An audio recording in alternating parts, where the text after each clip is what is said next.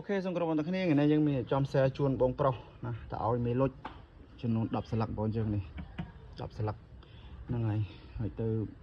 បងយើងថ្ងៃនេះយើងមានអាប់ដេតអវ៉ាន់ថ្មីនេះគឺដូចក្លុកបងយើងប្រភេទនេះគឺក្រាស់ល្អមែនទេបងយើងនេះខាងក្រោយគឺរឹងមាំខាងមុខក៏រឹងមាំដែរបងយើងមិនទុនរបៀបរបបអីទេអត់ទេណាបងយើងហ្នឹងហើយរឹងមាំបងយើងដូចគ្នាអានេះក៏ដូចគ្នាបងយើងមិនមែនខាងក្រោយនេះអត់មានថ្នាំអត់មានអីគេគឺរឹងកព្រឹសតែម្ដងបងយើងនេះអត់វាអីទេបងយើងរឹងមាំហ្នឹងហើយអរគុណបងប្រុសជួយកំងអានេះនេះសម្រាប់វាយសងបងយើងវាយសងចំនួន50សន្លឹកនិងប្រភេទពួកវាយសាប់បងយើងនេះវាយសាប់គឺយើងដាក់ស្វីតគុនប្រភេទពួកនេះហ្នឹងវាយសាប់ប្រភេទពួកល្អស្វីតគុនប្រភេទពួកនេះវាយសាប់និងប្រភេទពួកវាយសងគឺយើងដាក់ស្វីតគុនប្រភេទពួកចេះហ្នឹងហើយបងយើងចង់អានមួយណាចាប់បានប្រគំមួយគ្នានេះគឺគ្នាបងយើងប្រភេទពួកដូចតប៉ែតនេះយើងចង់បានវាយសាប់ក៏បានវាយសងក៏បានហ្នឹងបងយើងតាមតម្លៃបងយើងចង់យកស្ពីកកុនអាល្អនេះយកទៅដាក់វាយសងក៏បានដែរស្រាប់យកទឹកលុយយើងហ្នឹងហើយយើងក៏មានប្រទេសបតដែរបងយើងនេះបត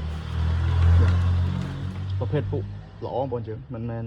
មួយស្លឹកតម្លៃទុនទេណានេះតម្លៃខ្ពស់បងយើងតែគុណភាពអែមបងយើងណាហ្នឹងហើយចម្លងសម្លេងលឿនបងយើងអូខេអរគុណ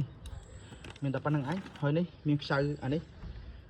ប្រភេទពួកល្អណែនណាកំាប់1000គ្រាប់អូខេមានប៉ុណ្្នឹងឯងអរគុណច្រើនបងប្អូនទាំងគ្នាជួយ like ជួយ share ឲ្យបេះដូងម្នាក់មួយផងពេញចិត្តអវណ្ណា capture រូបភាពដាក់ចូលក្នុងឆាតបងប្អូនយើងនឹងហើយចង់បានអានេះក៏បានបងប្អូនយើងចង់ធ្វើ brand ដាក់នេះចេះក៏ខ្ញុំធ្វើឲ្យបានដែរបងប្អូនយើងពេញចិត្តតំណែងមកខ្ញុំធ្វើឲ្យបានខ្ញុំរៀបឲ្យបានហ្នឹងហើយអូខេចង់បានប្រទេសគូដោយប្រភេទណាក៏តំណែងមកតាមរូបភាពខ្ញុំតាមវីដេអូដែលខ្ញុំប្រាប់ក្នុងនឹងអញ្ចឹងណាបងប្អូនយើងអូខេអរគុណច្រើនបាយបាយជំរាបលាម្ដងទៀតបាយបាយអរគុណ